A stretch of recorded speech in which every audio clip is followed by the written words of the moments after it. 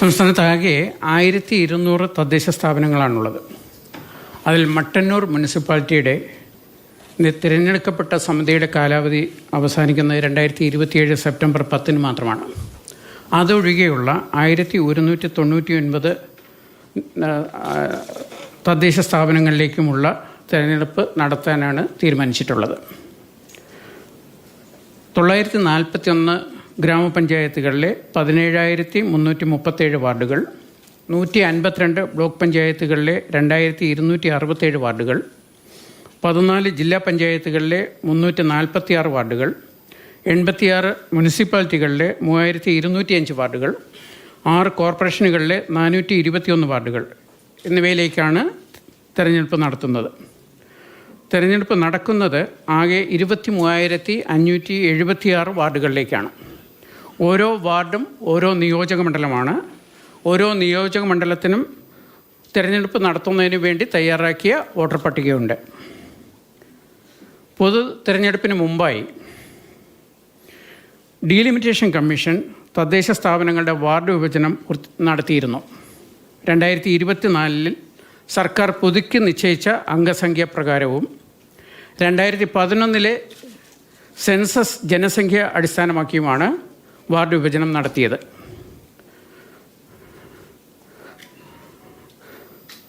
സംസ്ഥാനത്താകെ 1200 തദ്ദേശ സ്ഥാപനങ്ങളിൽ ഉണ്ടായിരുന്ന 21,900 വാർഡുകൾ ഡീലിമിറ്റേഷൻ പ്രക്രിയ വഴി 23,612 വർദ്ധിച്ചിട്ടുണ്ട്.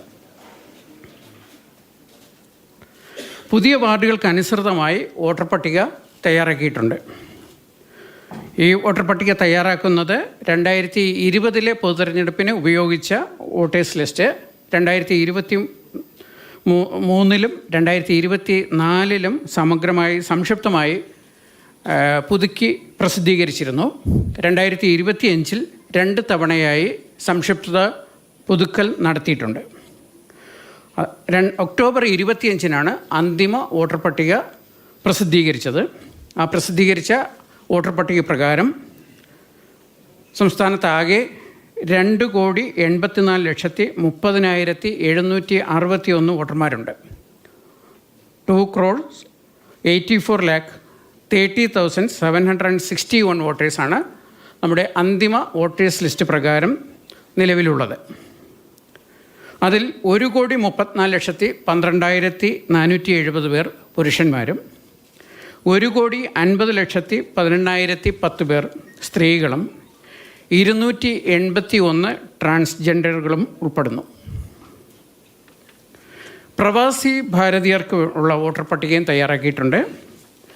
ആ വോട്ടേഴ്സ് ലിസ്റ്റിൽ 2,484 പുരുഷന്മാരും 357 സ്ത്രീകളും ഉൾപ്പെടെ പ്രവാസി വോട്ടർമാരായുള്ളത് ആകെ 2,841 പേരാണ്. ഒക്ടോബർ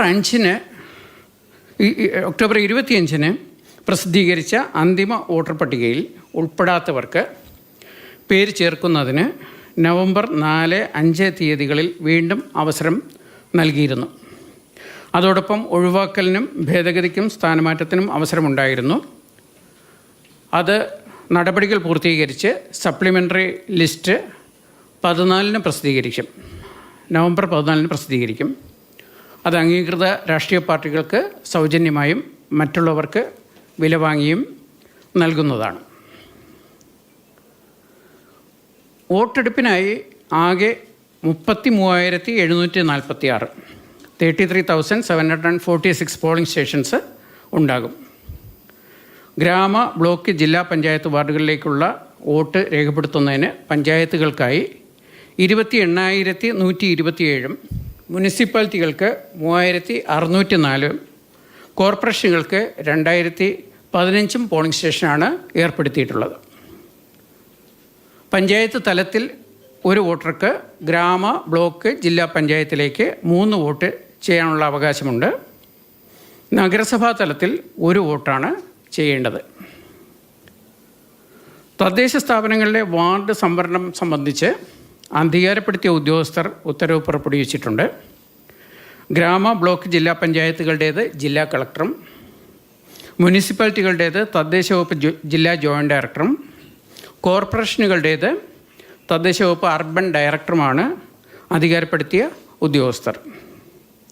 സ്ത്രീ, പട്ടികജാതി സ്ത്രീ, പട്ടികവർഗ സ്ത്രീ, പട്ടികജാതി, പട്ടികവർഗം എന്നിങ്ങനെ 5 വിഭാഗങ്ങളിലായിരുന്നു സംവരണ വാർഡുകൾ ക്രമീകരിച്ചിട്ടുള്ളത്. സർക്കാർ എണ്ണം നിശ്ചയിച്ച് നൽകിയിരുന്നു. അത് പ്രകാരം അധികാരപ്പെടുത്തിയ ഉദ്യോഗസ്ഥർ സംവരണം നിശ്ചയിച്ചിട്ട് അത് വിജ്ഞാപനം ചെയ്തിട്ടുണ്ട്. തദ്ദേശ സ്ഥാപനങ്ങളുടെ അധ്യക്ഷ സ്ഥാനങ്ങളുടെ സംവരണം സംസ്ഥാന തെരഞ്ഞെടുപ്പ് കമ്മീഷൻ നിശ്ചയിച്ച് വിജ്ഞാപനം ചെയ്തിട്ടുണ്ട്.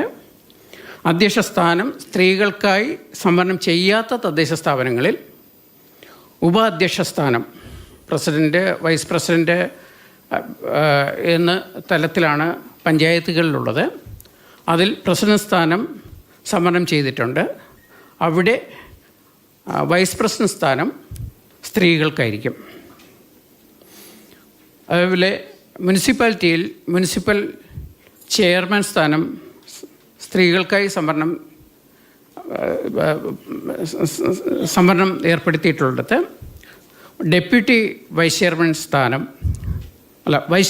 സ്ഥാനം സ്ത്രീകൾക്കായിരിക്കും. മേയർ പുരുഷനായിട്ടുള്ളിടത്ത് സ്ത്രീയായിരിക്കും ഡെപ്യൂട്ടി മേയർ.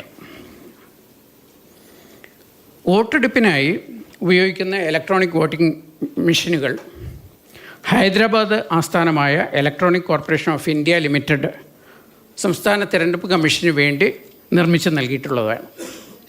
ഇവിടെ പരിശോധന ECIL എഞ്ചിനീയർമാരുടെ നേതൃത്വത്തിൽ പൂർത്തിയാക്കിയിട്ടുണ്ട്. 50,693 കൺട്രോൾ യൂണിറ്റുകളും 1,37,922 ബാലറ്റ് യൂണിറ്റുകളുമാണ് അത്തരത്തിൽ പൊതു തെരഞ്ഞെടുപ്പിനായി തയ്യാറാക്കിയിട്ടുള്ളത്. ത്രിതല പഞ്ചായത്തുകളിൽ ഓരോ പോളിംഗ് സ്റ്റേഷനിലും ഒരു കൺട്രോൾ യൂണിറ്റും 3 ബാലറ്റ് യൂണിറ്റും ഉണ്ടാകും. പരിശോധന പൂർത്തിയാക്കിയ മെഷീനുകളിൽ വോട്ടെടുപ്പിന് ഒരാഴ്ച മുമ്പ് കാൻഡിഡേറ്റ് സെറ്റിങ്ങിന് വേണ്ടി ബന്ധപ്പെട്ട റിട്ടേണിംഗ് ഓഫീസർമാർക്ക് നൽകുകയും അതിൽ കാൻഡിഡേറ്റ് സെറ്റിംഗ് പൂർത്തിയാക്കി പോളിംഗിനായി തയ്യാറാക്കുന്നതുമാണ്. ഒരു ബാലറ്റ് യൂണിറ്റിൽ പരമാവധി 15 സ്ഥാനാർത്ഥികളുടെ പേരും ചിഹ്നവുമാണ് ഉണ്ടാകുക. 15-ൽ കൂടുതൽ സ്ഥാനാർത്ഥികൾ ഉണ്ടാകുകയാണ് എങ്കിൽ അധികം ബാലറ്റ് യൂണിറ്റുകൾ ഉപയോഗിക്കും.